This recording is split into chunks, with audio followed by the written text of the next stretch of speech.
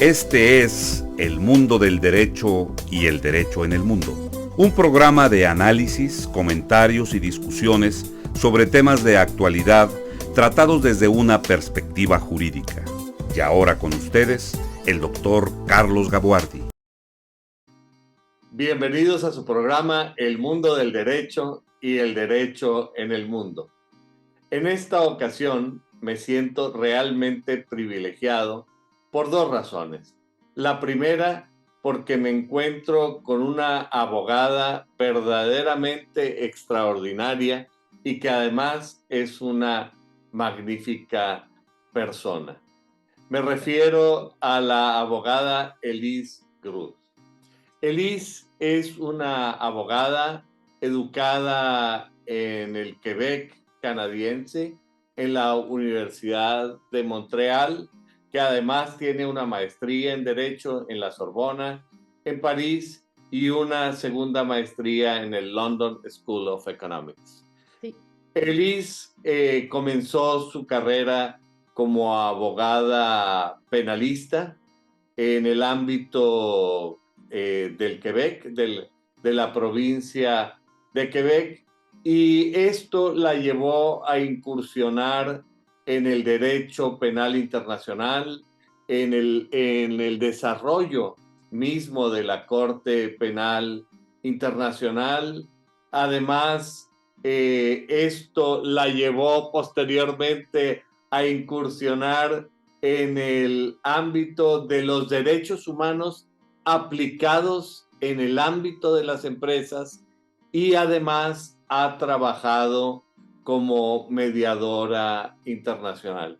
Con toda esta vasta y rica experiencia, me parece que Elise es una persona idónea para participar en este programa y para ser incluida entre las mujeres destacadas que han tenido un desarrollo extraordinario en la profesión. Pero esto debo decir que no es solamente una cosa que yo reconozco, sino que también la famosa organización Chambers la ha distinguido como Eminent Practitioner, que es el reconocimiento más alto que esta organización otorga a un abogado en su práctica profesional.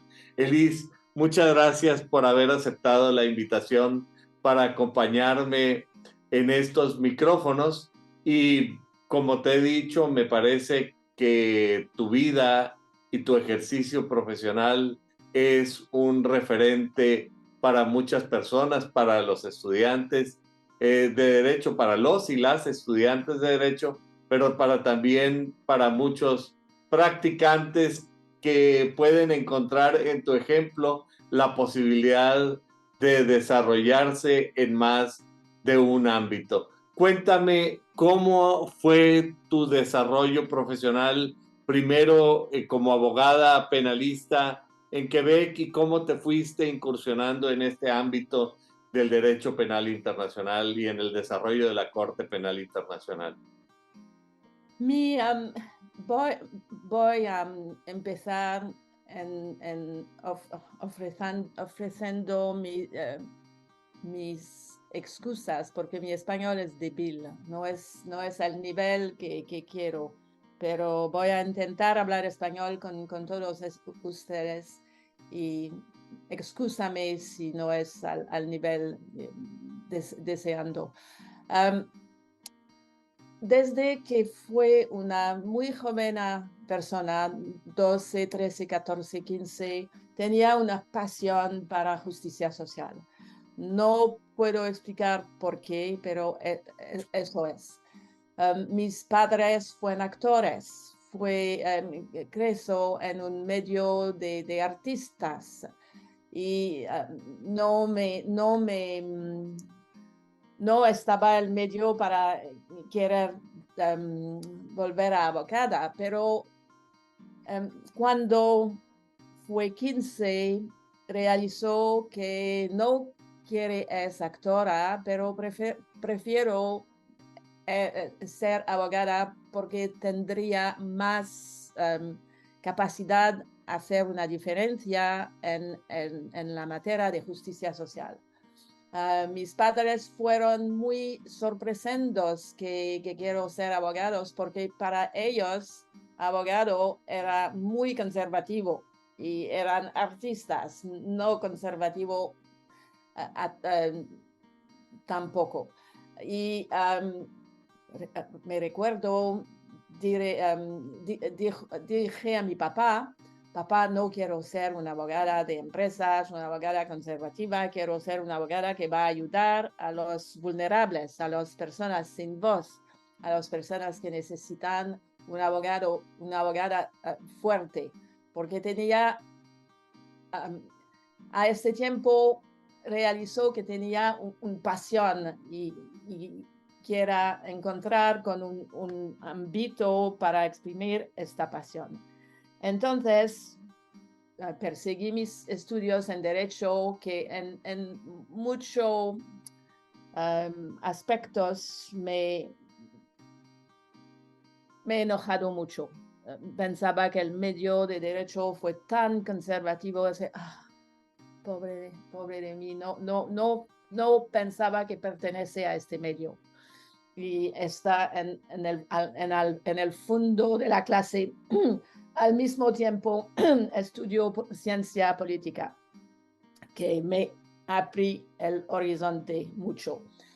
Y realizó que el derecho no está utilizando para servir como medio de paz, como medio de justicia social, como instrumento que realizó la importancia de la política en la manera con que el derecho está aplicando, está implementando.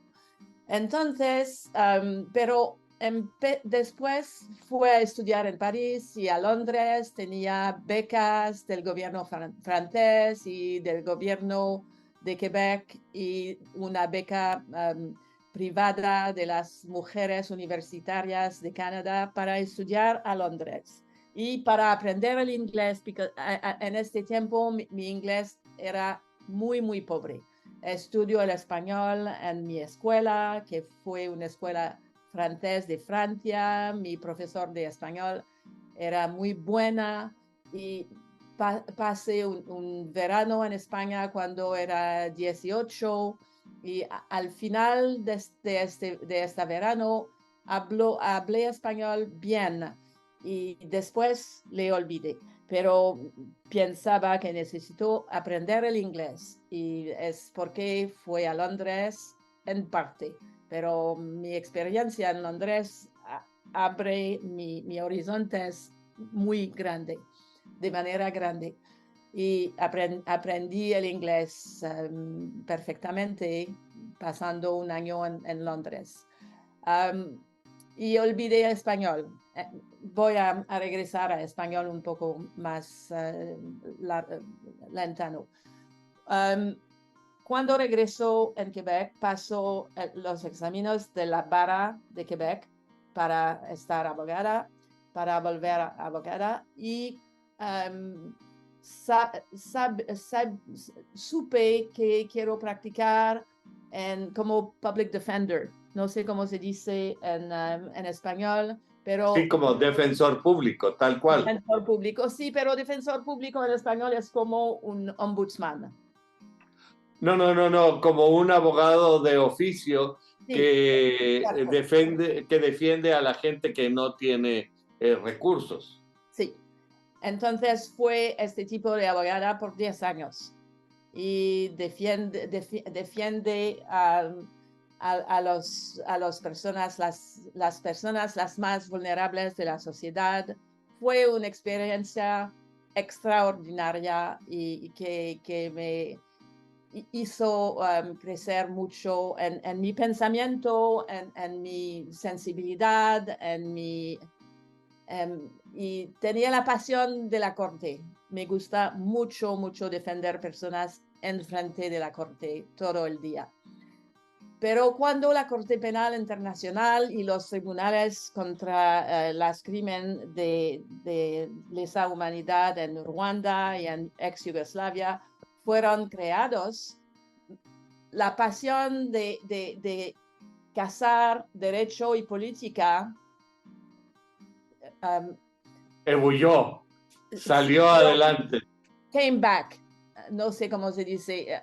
Sí, regresó. Sí, regresó, exacto.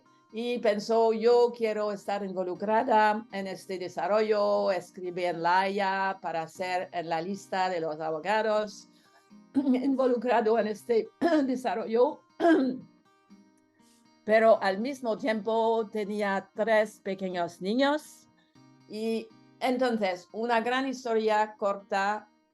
Creo una ONG, la Asociación Internacional de Defensa Penal, para ir a las Naciones Unidas alrededor de la creación de la Corte para proponer una profesión independiente de los abogados, para proponer una vara independiente. La vara mexicana fue involucrada en este movimiento. En un momento teníamos 400 varas involucrados en este movimiento y para asegurar que las garantías de la defensa fueron escritas en las reglas de la Corte. Fue una real batalla, una gran batalla, porque la Corte no quiere una profesión de abogados independiente. Quieran controlar los abogados. Y me da mucho pena porque la Corte o las políticas alrededor de la Corte no tenía conciencia que con el apoyo de las varas estará una Corte mucho más fuerte. Pero fue una batalla que dura 7, 8 años y pasó mucho tiempo en la Corte. Fue invitada a México 4 veces para encontrar con personas políticas, con la vara. Organizamos muchas conferencias internacionales y escribimos papel sobre la importancia de la defensa en un sistema que quiere ser un modelo mundial de justicia penal y que el sistema de justicia penal internacional solo puede funcionar si tiene sistemas nacionales fuertes que van a apoyarlos, que no puede existir sola porque no hay un gobierno mundial, no hay un sistema de policía mundial. Entonces necesitan los países para realizar sus objetivos. Esta batalla, esta lucha dura casi 8 años, pero continué a practicar en Montreal para ganar mi vida, porque esta batalla no fue pagada, y para continuar a vivir. Y al mismo tiempo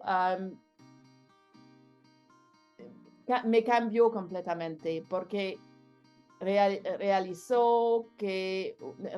que una práctica puramente nacional no corresponde a mis nuevos objetivos.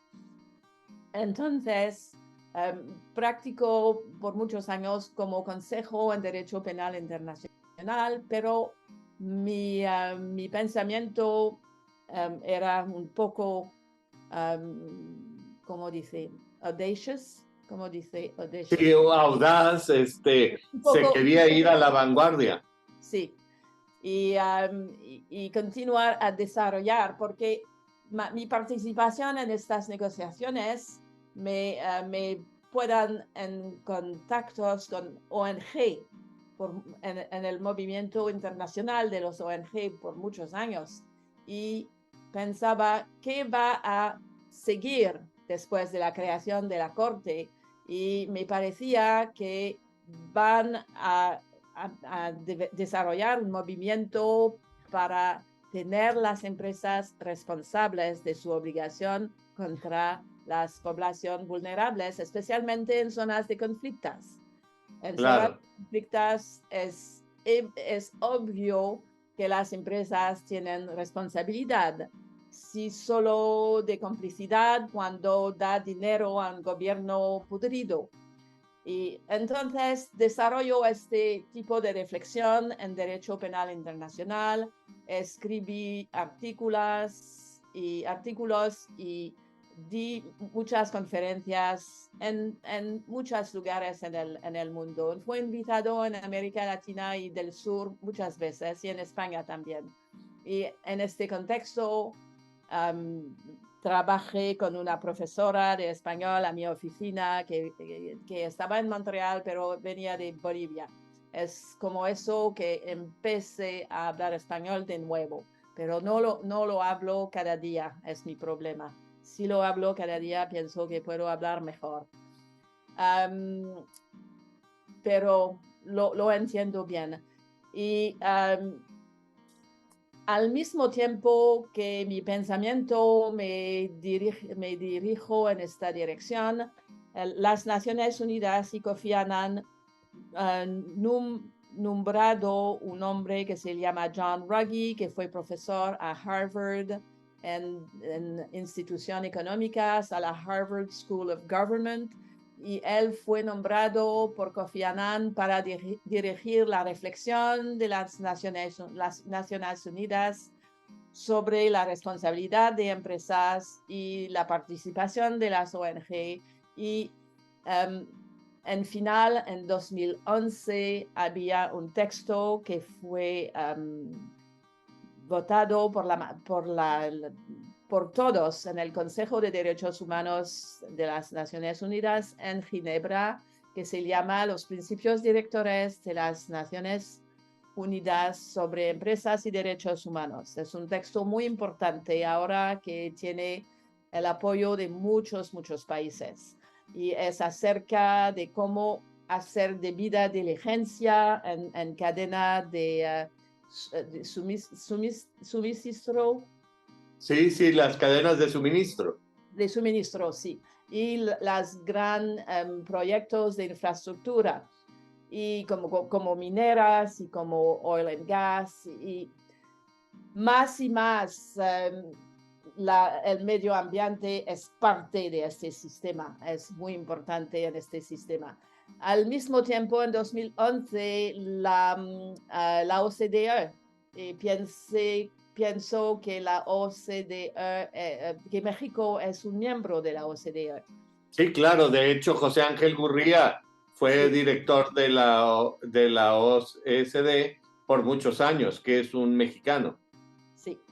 Y la OCDE adoptó en 2011 un capítulo 4 sobre empresas transnacionales que copian, que integran los principios directores de las Naciones Unidas. Entonces, este organismo de la vida económica adoptó estos principios y están en el proceso de revisarlos ahora mismo, ahora que estamos hablando. Y también la OCDE adoptó en 2018 como un código de conducta responsable de las empresas, que explicó muy bien cómo hacer diligencia debida en materia de derechos humanos y medio ambiente. Entonces, mi pensamiento era en la misma dirección, pero no organizado de la misma manera, y alrededor de 2010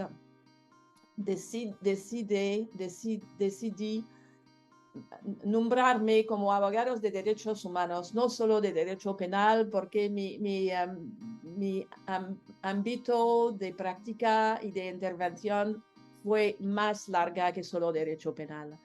Y Claro. incluido a los derechos de los trabajadores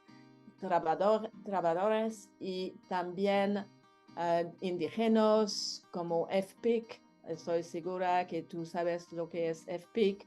Entonces trabajo en el ámbito de FPIC y al mismo tiempo me forma la mediación y volví a ser mediadora por casi un poco más de 10 años. Y de mediadora en derechos humanos, mediadora en climate. Y pienso que te mando los podcasts sobre el climate o no. No los he visto. Te le mandaré. Claro que sí. Y esto te lleva realmente a un área de trabajo totalmente novedosa. Totalmente nueva, pero el reconocimiento de Chambers empezó en 2017. Esta práctica está reconocida por Chambers desde 2017 y ha crecido. En 2017 fuimos un pequeño número de abogados, un pequeño grupo, ahora es un grupo un poco más larga.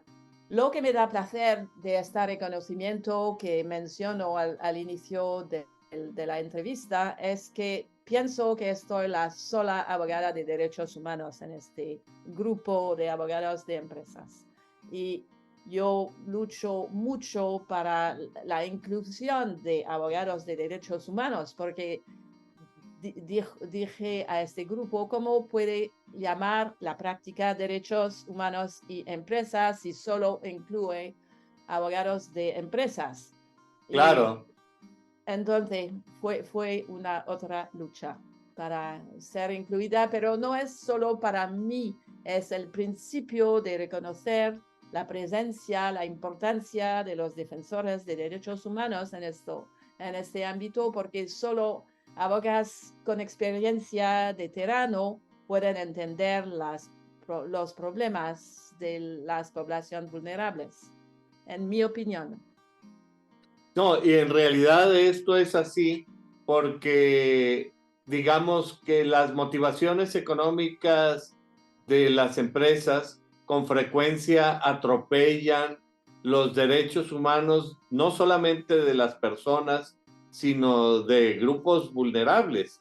Por ejemplo, no solamente podríamos hablar de ejemplos tan sencillos como la manera en cómo se pagan los sueldos en las empresas transnacionales y las dificultades que tienen las madres de familia y los niños para obtener pensiones alimenticias, pero también podríamos pensar en la contaminación de las empresas mineras y también podríamos pensar en la apropiación de las empresas de la moda de los diseños de grupos indígenas a los que dejan sin pagarle ni un centavo y estas cosas, ¿no?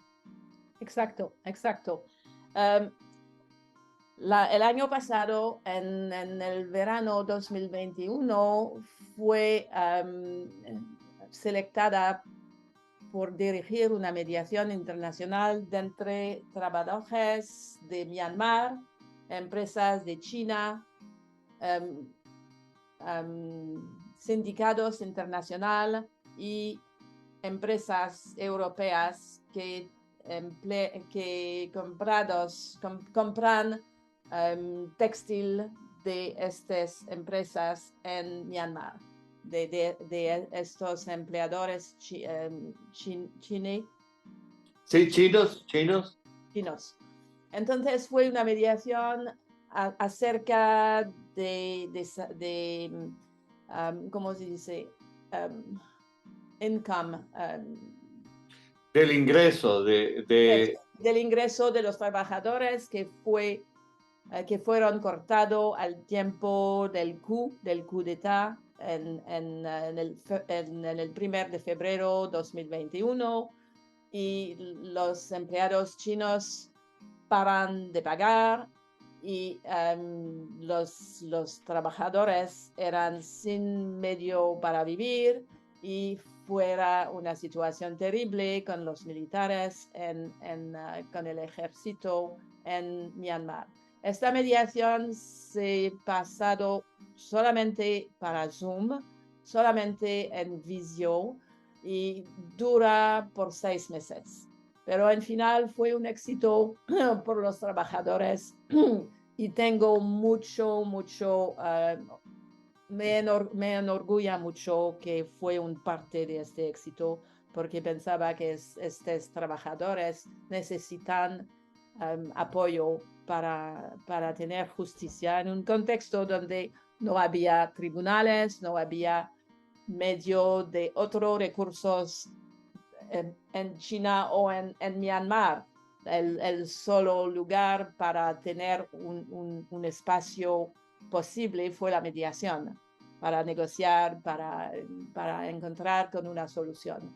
Entonces, la mediación ahora se desarrolló en esta dirección, porque en Europa hay muchas leyes que fueron adoptadas desde 2017, al mismo tiempo que Chambers empieza a reconocer esta práctica. Hay una ley en Francia que se llama la Loi sur le devoir de vigilance, que es una ley para obligar las empresas a crear un plan de vigilancia para organizar las acciones de las empresas y para respetar los derechos humanos, los derechos civiles, el medio ambiente, la seguridad y el salud de los trabajadores. Y después, al mismo tiempo, un poco antes, había la ley contra el esclavaje moderna en Inglaterra y también en Australia. Y en este momento hay una ley que fue adoptada en Alemania que está implementando al momento que hablamos en el mismo espíritu que la ley francesa de diligencia debida, y en los Países Bajos también, en Noruega hay un tal ley. Cada año estoy haciendo por LexisNexis la revista de toda la legislación que está adoptando, con una jurista, un profesor de Derecho en París, que él trata principalmente de la ley francesa y yo trato de la ley internacional. Y me permite ser a corriente de los últimos desarrollos. Y en este contexto hay la Corte, muy importante para decidir la responsabilidad de las empresas, para saber si las empresas hacen un trabajo adecuado, no puedo decir más, pero adecuado, de respetar a los derechos humanos de los trabajadores. Pero la mediación ofrece una posibilidad de encontrar con recursos inmediatos para abrir medios de justicia por los trabajadores que sean afectados por desarrollo económico. Y al mismo tiempo, como tú sabes, los tratados bilaterales entre países. Sí, pero en materia de inversiones. Sí, exacto. Todo el tiempo dan la ventaja a los países ricos.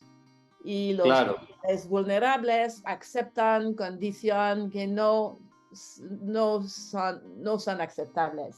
Y el resultado es que los que pagan por estos tratados son las poblaciones locales y los trabajadores. Y pienso que también la mediación puede intervenir a este nivel. Estoy involucrada al momento con 3 grupos, uno en Francia, uno en los Caribes y uno en los Países Bajos, acerca de este tipo de mediación de derechos humanos. Y estamos desarrollando las reglas para incluir las stakeholders, las partes, ¿cómo se dice stakeholders en español? Sí, los titulares de los derechos. Sí, pero que no sean partes de los contratos, que no sean partes de la negociación, que son las partes las más susceptibles de consecuencias, pero no incluyendo en las negociaciones. A mí me parece que en el desarrollo de tu carrera profesional habría por lo menos dos cosas que subrayar y una que proyectar, me parece. En materia de subrayar, yo diría que algo que No entiendo la palabra en materia de su... carrera profesional, de su Sí, sí, sí, no desarrollo, entiendo eso, pero después no entiendo lo lo que... que hay que subrayar, to ¿Qué es underline, to emphasize. subrayar? ¿Es emphasize? Ajá, como poner una línea debajo, ¿verdad? Yes. Para que se... No entendía, entendí esta palabra. Y me parece que lo que hay que hacer notar es que, en primer lugar, tú eres una persona que a lo largo de su vida nunca ha perdido su pasión por No, la justicia social. no. Tú de joven estabas llena de pasión por la justicia social y al ir creciendo y madurando solamente fuiste fortaleciendo tu pasión de derecho social y eso me parece que te distingue de la mayoría de las personas que de jóvenes están llenos de pasión por un tema y la vida los convierte en seres convencionales. Y yo creo que esa fuerza de la pasión te ha llevado a desarrollar tantas cosas tan importantes como me parece que a través de tu labor se ha ido desarrollando esta liga entre el derecho internacional dispersado en muchos países, en unidades a través del mundo, hacia un derecho global, porque hoy parece que los programas y los problemas son auténticamente globales. Y me parece que la manera en cómo veo que lo proyectas es a través de la mediación, porque de alguna manera aterrizas en realidades concretas estas diversos intereses, que es la pasión por la justicia social y la solución de problemas globales. Un buen resumen, un muy buen resumen, sí. Y no puedo decir cómo, pero es verdad que mi pasión nunca murió. Es una suerte, pero hizo mi vida mucho más difícil que Y si, mucho más divertida, yo creo. sí, pero también difícil porque he incluido muchos sacrificios en haciendo este trabajo. No era momento de paz en mi vida, una vida de lucha. Bueno, como el viejo decía, si las cosas que valen la pena se hicieran sin esfuerzo, cualquiera las haría. Sí, sí, sí, estoy de acuerdo, pero como tú lo dices bien, muchas personas no piensan como esa. La vida los haces a sentarse. Sí, yo recuerdo en el pasado un anuncio comercial que sacaba a un joven hippie que protestaba en contra de todo y a los 30 años se había convertido en el CEO de una empresa totalmente con el pelo cortado y siguiendo todas las reglas convencionales con las que él luchaba en contra cuando era joven. Y en este sentido a mí me gustaría preguntarte o comentarte, a pesar de todo, has logrado hacer una vida profesional importante y una buena vida. ¿Qué me pregunta? Si tengo una buena Eh, vida, has hecho una buena vida a partir de tu práctica profesional. una vida difícil. Una vida difícil. Y en esto... No quiero que los jóvenes piensan que es posible hacer eso sin sacrificios. Bueno, en realidad, una de las características del ser humano es buscar siempre la solución más fácil, pero el que triunfa tiene que optar por la otra alternativa.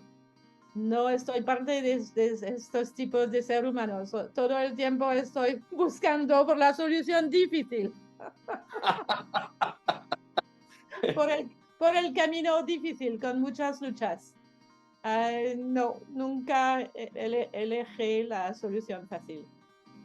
Por ejemplo, tenía un premio de la Barra de Quebec como abogada del año en 2003, cuando creó la Barra Penal Internacional y fue electada su primer presidente. Y el ministro de Justicia me pregunta si quisiera ser juez y que si lo quiero es posible que puedo estar juez. Y lo dije, no, no me interesa ser juez, no quiero ser juez. Quiero continuar mi camino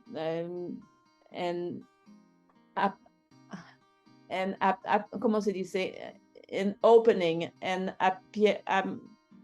Abrir nuevos caminos. sí, sí. Fue claro para mí que sí, y me recuerdo mis niños pensaban que era loca, pero esto representa la seguridad y si no, van a matarme, van a matarme si elegí la seguridad. ¿Y cómo reaccionan las empresas ante estos nuevos retos de tener que cumplir con la observancia de los derechos humanos? Es una otra lucha muy difícil, pero como me dice mi mejor amiga, que fue la juez a la cabeza de los Cortes de Quebec, fue mi amiga de siempre y entiende bien que ser juez no fue para mí. Y me dice que lo perdí. Era una buena anécdota. No me recuerdo lo que quería decir. Lo que te comentaba tu amiga, la presidenta de las Cortes sí, de Quebec. yo no sé acerca de qué, porque hablamos todo el tiempo. Pensaba que no fue el mejor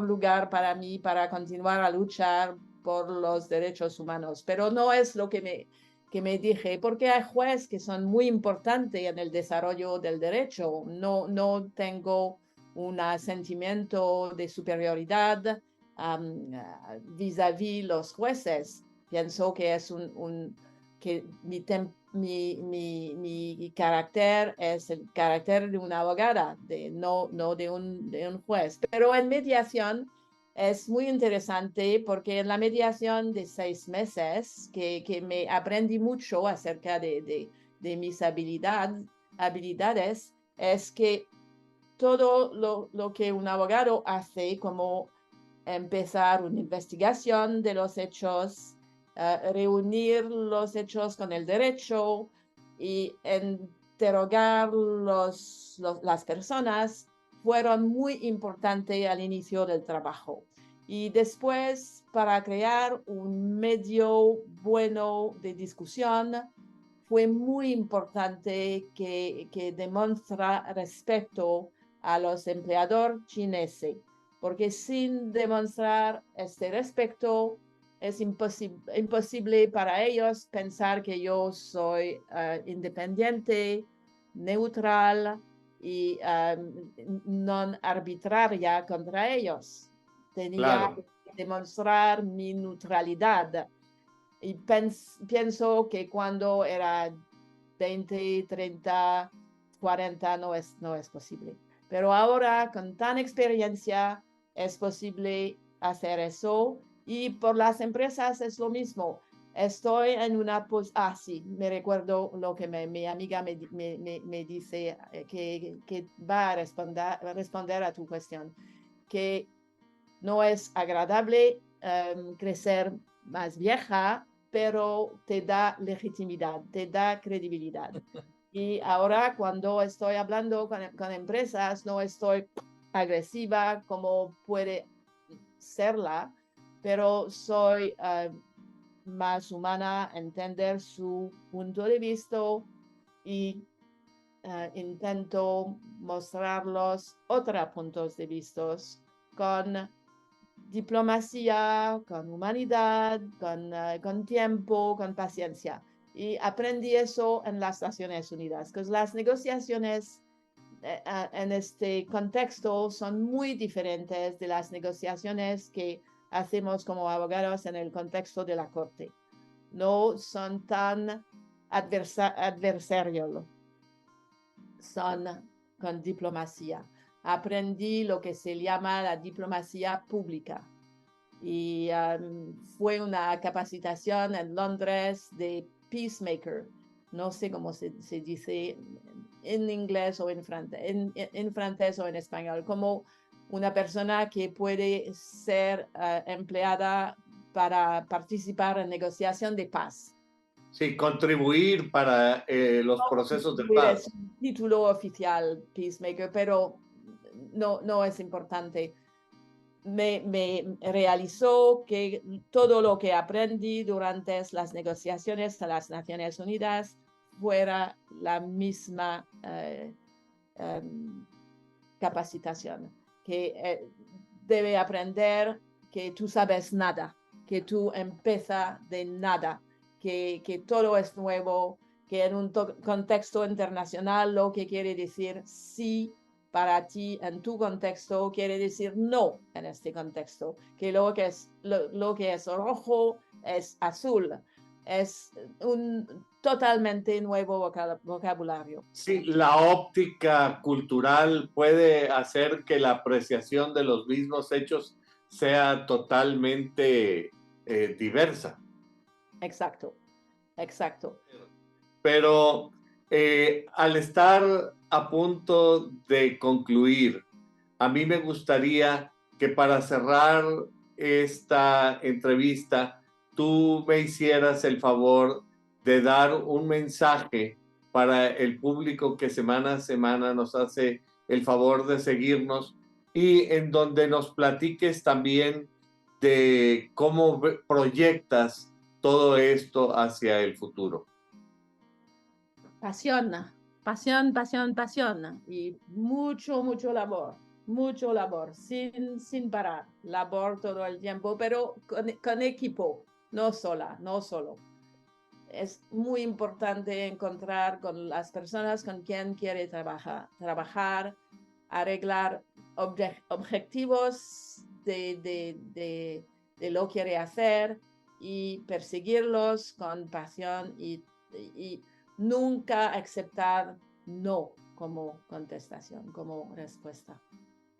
El no ya lo tiene uno al natural y la posibilidad de luchar por otras cosas siempre está en manos de uno. Elis, te agradezco mucho con franqueza todo el tiempo que me has dedicado. Yo sé que tú andas normalmente, corre y corre de un lado para otro, pero quiero agradecerte toda tu apertura y la fineza de tu atención y espero que podamos reunirnos nuevamente en un futuro próximo.